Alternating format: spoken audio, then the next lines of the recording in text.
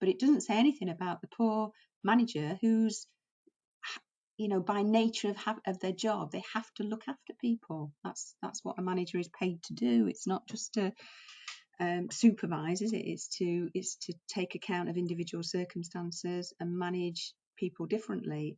And then the minute you have a team where one person has quite a different set of requirements from the rest, it creates an extra workload.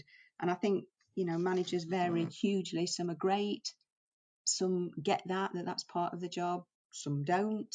In my research, I found most people were just curious. They wanted to know a lot more about what it's like to be autistic because they were open-minded to research, open-minded to finding out some more. So that's great, and their experience with their employees was really positive. But there will be some managers who just think, well, it's all a bit too much trouble.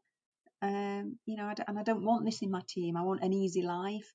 I think that's a real danger for managing diversity of all sorts, actually.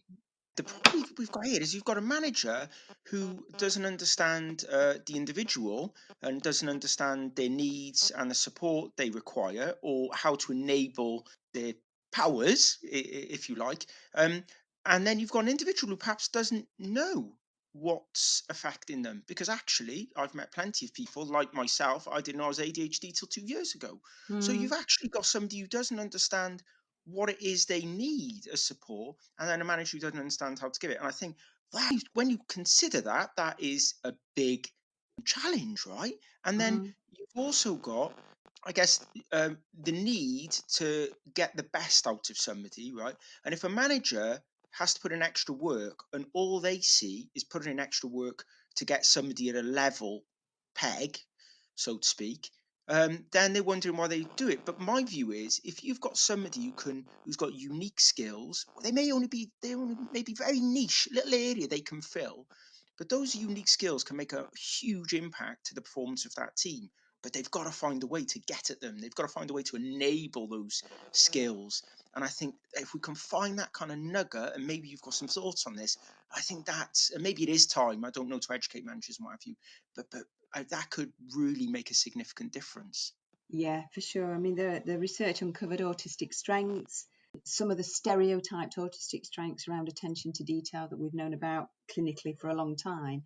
But the people I spoke to were saying, okay, and good managers will do this with anybody, whether neurodiverse or neurotypical, but the impact is proportionately greater if you're allowing a neurodiverse person to show their strengths, because how can I say, if you don't do that, the impact has worse outcomes for that person. So that's what we want. We want managers who can spot autistic strengths and use them. So I had things like people with real high capacity for detail, having managers say, well, look, I want you're the person in the team that I know can check the spreadsheet. My job actually as a manager is to be responsible for the data integrity that comes out of this team, but I know that you will do a better job than me, so please will you do it?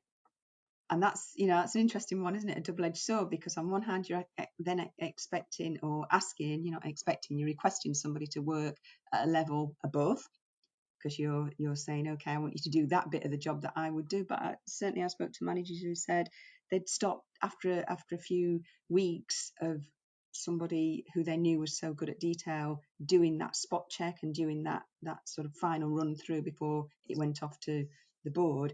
They've stopped, as a manager, they've stopped doing it because they can't do it, and they know they can't do it any better or any quicker than the particular person that in the team that they were talking about. And flip side of that sometimes is people who are really high in detail are seen by the rest of the people in the team as pedantic, having to spend that time doing the detail.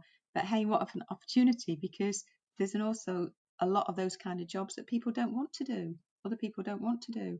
So it takes a really skilled manager, I think, to strike that balance between not exploiting, not expecting somebody to do things over and above that they're paid to do, and taking advantage in that way, and giving people work that is interesting and productive and benefits the team. So that kind of divvying up the tasks, tweaking the jobs, I would call it crafting, job crafting, is, you can't do it just on the fly. You've got to think about it. You've got to think about the skills of your team.